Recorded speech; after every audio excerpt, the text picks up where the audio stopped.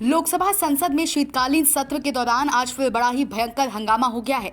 दोस्तों, संसद शीतकालीन सत्र के दौरान नेता विपक्ष और इंडिया गठबंधन के एक भी सांसद सदन में शांत नहीं बैठे, बल्कि मोदी सरकार और अडानी मामले पर हंगामा करते रहे, जिसका नतीजा ये रहा कि संसद शीतकालीन सत्र को स्थगित कर दिया गया। जी हाँ दोस्तों, बिल्कुल सही सुन रहे हैं आप। संसद शीतकालीन सत्र के दौरान बृहस्पतिवार को अडानी और संभल के मुद्दे पर संसद में ही बड़ा हंगामा हो गया, जबकि लोकसभा स्पीकर ओम बिरला नाराज विपक्षी दलों के सांसदों के हंगामे को रोकने का प्रयास किया, पर एक भी सांसद भरी सदन में शांत नहीं हुए।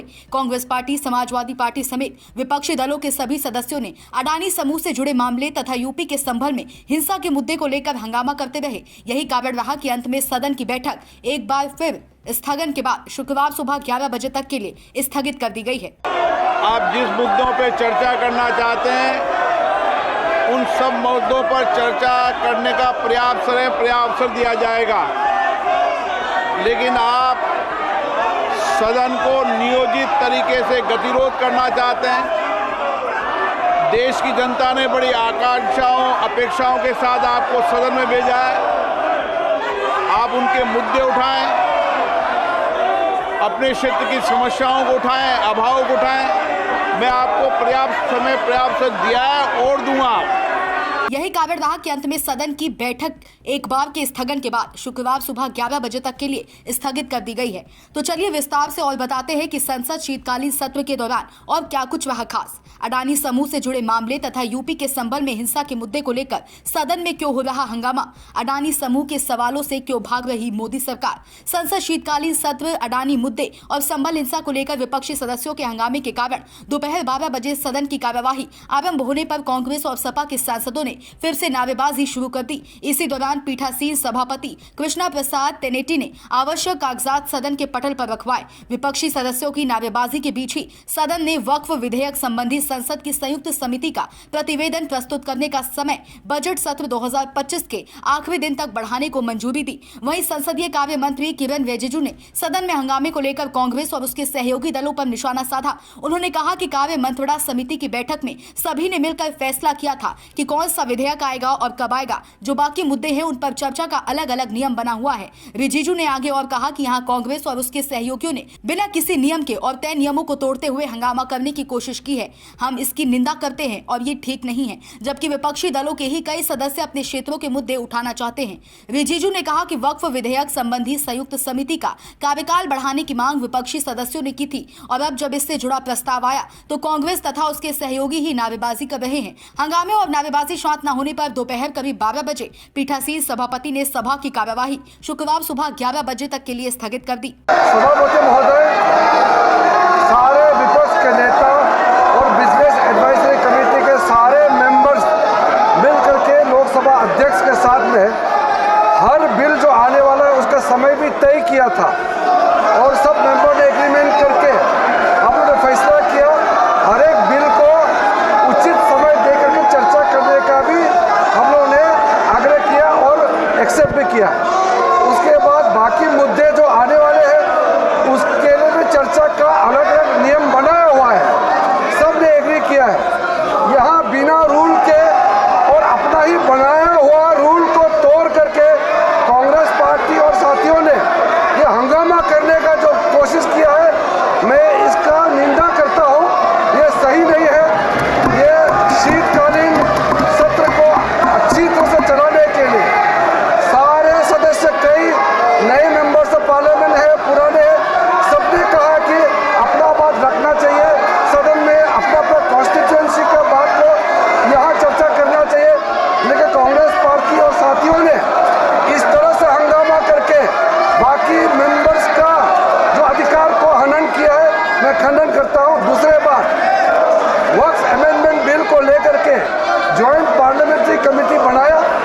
विपक्ष की ओर से सारे मेंबर ने रिक्वेस्ट किया कि जो भी जॉइंट पार्लियामेंट्री कमेटी ने हियरिंग किया है उसको और समय चाहिए, बहुत इंपॉर्टेंट मुद्दा है, हम उसको भी एग्री किया।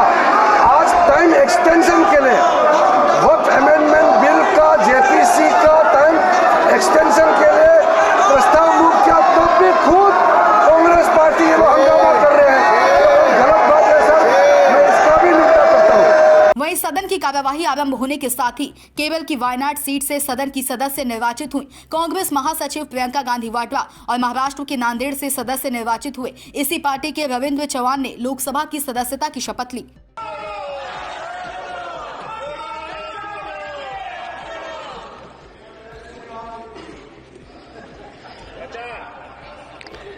मैं प्रियंका गांधी वाड्रा जो लोकसभा की सदस्य निर्वाचित हुई हूँ, सत्यनिष्ठा से प्रतिज्ञा करती हूँ कि मैं विधि द्वारा स्थापित भारत के संविधान के प्रति सच्ची श्रद्धा और निष्ठा रखूंगी।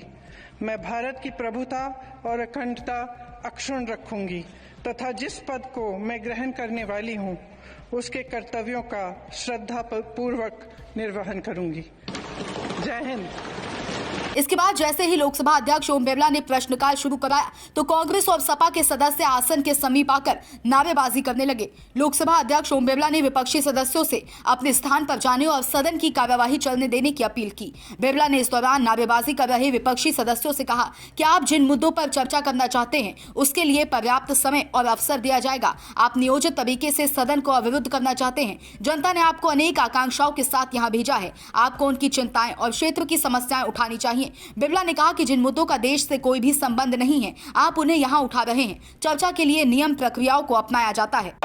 आप जिस मुद्दों पर चर्चा करना चाहते हैं उन सब मुद्दों पर चर्चा करने का पर्याप्त अवसर दिया जाएगा, लेकिन आप सदन को नियोजित तरीके से गतिरोध करना चाहते हैं।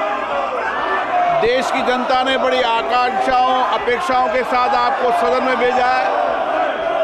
आप उनके मुद्दे उठाएं, अपने क्षेत्र की समस्याओं को उठाएं, अभाव को उठाएं। मैं आपको पर्याप्त समय पर्याप्त दिया है और दूंगा, लेकिन जिन मुद्दों को लेकर इस देश का कोई संबंध नहीं है उन पर चर्चा करने के लिए नियम प्रक्रियाओं को अपनाया जाता है। मेरा आपसे आग्रह है कि आप अपने अपने सीट पर जाकर बैठें। आपको पर्याप्त समय पर्याप्त अवसर देंगे, हर विषय पर देंगे, लेकिन ये गतिरोध का तरीका ठीक नहीं है। संविधान की 75 वर्ष के अंदर संविधान सभा में भी डिबेट हुई थी, असहमति सहमति भी हुई थी, लेकिन मर्यादित आचरण रखा था। आपका ये मर्यादित आचरण नहीं है। आप अपनी अपनी सीट पर दें। मैं आपको पर्याप्त समय पर्याप्त अवसर हर मुद्दे पे दूंगा।